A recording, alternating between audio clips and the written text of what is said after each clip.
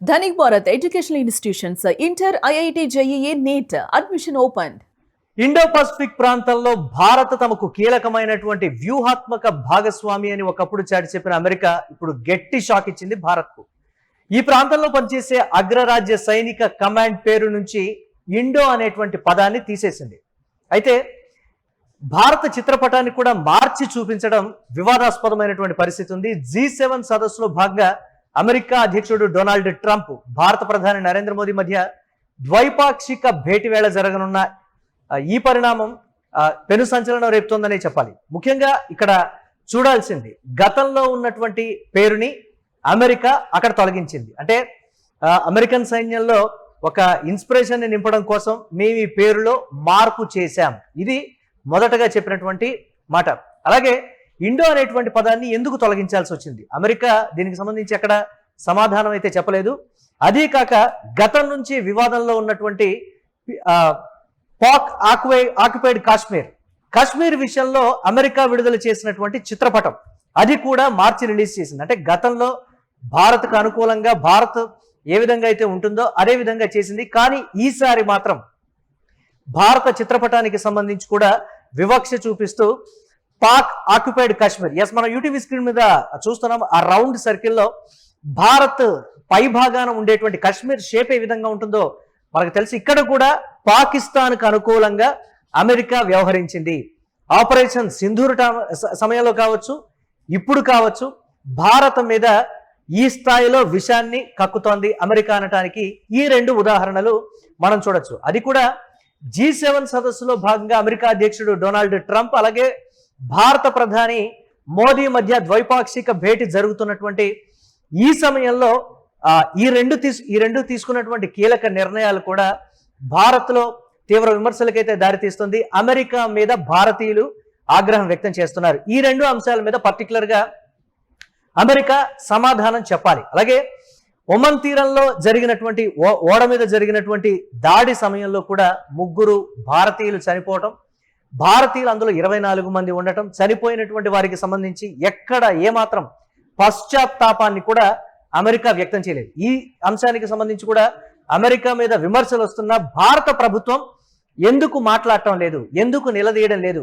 మీరు కావాలని ఈ విధంగా చేశారనేది భారతీయులు అంటే అమెరికా ప్రభుత్వం చెప్తున్నటువంటి మాట. కానీ అక్కడ మేము అనుకోకుండా జరిగింది కాదు, దాన్ని ఇరానే చేసిందని కూడా ఇరాన్ మీద నెట్టేటువంటి ప్రయత్నం అయితే అమెరికా చేసింది. అమెరికాకు చెందినటువంటి చారిత్రక యుఎస్ ఇండో పసిఫిక్ కమాండ్ పేరును మళ్ళీ యుఎస్ పసిఫిక్ కమాండ్ గా మార్చింది అగ్రరాజ్యం. ఈ నేపథ్యంలో అక్కడ అమెరికా రక్షణ శాఖ చేసినటువంటి కీలక ప్రకటన ఇది. చారిత్రక మూలాలను గౌరవించడం, పసిఫిక్ లో సేవలు అందించే సైనికుల్లో స్ఫూర్తి పెంపొందించడం కోసం ఈ కమాండ్ కు పాత పేరునే కొనసాగించాలని నిర్ణయించాం. ఇది ఆ పేరు మార్చడానికి సంబంధించి అమెరికా ఇచ్చినటువంటి క్లారిటీ. ఇండో పసిఫిక్ అని చెప్పినప్పటికీ కూడా అక్కడ పనిచేసేటువంటి వారిలో స్ఫూర్తి ఉండదా, ఇది భారత్ నుంచి వినిపిస్తున్నటువంటి ప్రశ్న. భారత్కు సంబంధించి ఎక్కడైనా పేరు వస్తున్నా లేకపోతే భారత్ పేరు ఎక్కడైనా వినపడుతున్నా కానీ అమెరికా రీసెంట్ టైంలో తట్టుకోలేనటువంటి పరిస్థితి ఉంది. అయితే పాక్ ఆక్యుపైడ్ కాశ్మీర్ విషయంలో కూడా రిలీజ్ చేసినటువంటి మ్యాప్ ఇది కూడా ఆగ్రహానికి అయితే దారితీసింది. అసలు యుఎస్ పసిఫిక్ కమాండ్కి సంబంధించి మనం ఒకసారి గతంలోకి వెళ్ళి చూస్తే 1947 జనవరి 1న నాటి అమెరికా అధ్యక్షుడు హ్యారీ ఎస్ ట్రూమాన్ ఏర్పాటు చేశారు. దీన్ని అగ్రరాజ్య వెస్ట్ కోస్ట్ నుంచి భారత పశ్చిమ తీరం వరకు గత 7 దశాబ్దాలకు పైగా ఈ కమాండ్ అయితే సేవలు అందిస్తోంది. రెండో ప్రపంచ యుద్ధం తర్వాత ప్రాంతీయ స్థిరత్వంలో ఈ దళం కీలక పాత్ర అయితే పోషించింది. కొరియన్, వియత్నాం యుద్ధాల్లోనూ ఈ కమాండ్ అయితే పనిచేసింది. ఎన్నో మానవతా ఆపరేషన్లను కూడా చేపట్టినటువంటి రికార్డ్ అయితే దీనికి ఉంది. అయితే ట్రంప్ తొలి దఫా అధికారంలో ఉన్నటువంటి సమయంలో 2018లో దీని పేరును యుఎస్ ఇండో పసిఫిక్ కమాండ్ గా మార్చారు. హిందూ మహాసముద్రం, పసిఫిక్ మహాసముద్రాల మధ్య పెరుగుతున్నటువంటి అనుసంధానతను గుర్తించి దీని పేరులో ఇండో అనేటువంటి పదం నాటి అమెరికా రక్షణ మంత్రి జేమ్స్ మాటిస్ వెల్లడించారు.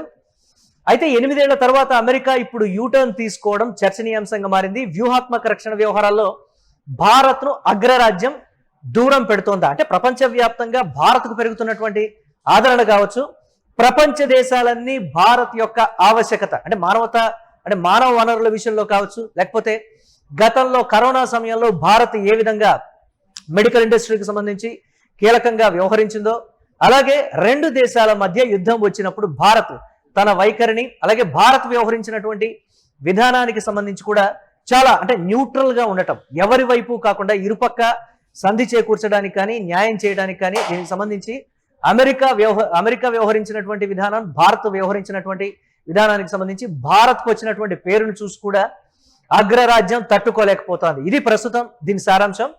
ఈ పరిణామాలపై కాంగ్రెస్ నేత శశి థరూర్ కూడా స్పందించారు. క్వాడ్ అంతానికి మరో మేకు అని ఎక్స్ వేదికగా కూడా ఆయన రాసుకొచ్చినటువంటి పరిస్థితి. ఇండో పసిఫిక్ ప్రాంతాల్లో సైనిక ప్రాబల్యం పెంచుకుంటున్న చైనాకు అడ్డుకట్ట వేసేందుకు భారత్, అమెరికా, ఆస్ట్రేలియా, జపాన్ కలిసి క్వాడ్ గా ఏర్పడినటువంటి సంగతి తెలిసిందే. అయితే ఇటీవల కాలంలో ఈ కూటమి బలహీన పడుతుందనేటువంటి అభిప్రాయాలు వ్యక్తమవుతున్నాయి. అమెరికా తీసుకుంటున్నటువంటి ఈ నిర్ణయం, భారత్ మీద చూపిస్తున్న వివక్ష, ఆ కమాండ్ పేరు మార్చడం కావచ్చు, అంతా అమెరికాకే పేరు రావాలి, అమెరికానే దీనికి కీలకంగా వ్యవహరిస్తోంది. ఆయా సముద్ర మార్గాల్లో కావచ్చు, పశ్చిమ తీరం, ఇటు ఉత్తర తీరం మొత్తం కూడా అమెరికానే రక్షణగా నిలబడింది అనేటువంటి రీతిలో అమెరికా వ్యవహరిస్తున్నటువంటి విధానానికి సంబంధించి కూడా తీవ్ర విమర్శలు అయితే వ్యక్తమవుతున్నాయి. ప్రధాని మోదీ 100 విదేశాల పర్యటనలు కంప్లీట్ చేసుకున్నటువంటి రికార్డును కూడా సృష్టించారు. కానీ విదేశాలతో భారత్కు ఎలాంటి అనుసంధానం కానీ సంబంధాలు కానీ ఏర్పడుతున్నాయి. పర్టికులర్ గా అగ్రరాజ్యం ఎదుగుతున్నటువంటి భారత్ను చూసి ఓర్చుకోలేకపోతోంది, భారత్కు వస్తున్నటువంటి పేరుని ఓర్చుకోలేకపోతోంది అనేటువంటి మాట.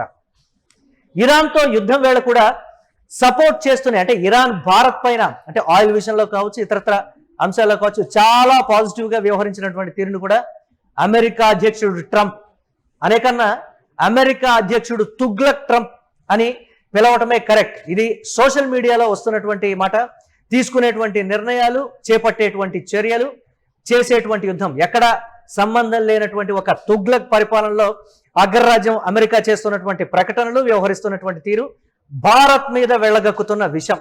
ఇది సంపూర్ణంగా చెప్పాలంటే చూడాలి, భారత్ దీనికి సంబంధించి ధీటుగా స్పందిస్తుందా, స్పందించాలి, క్వశ్చన్ చేయాలి, అమెరికాను నిలదీయాలని కూడా సోషల్ మీడియాలో నెటిజన్లు కోరుతున్నారు.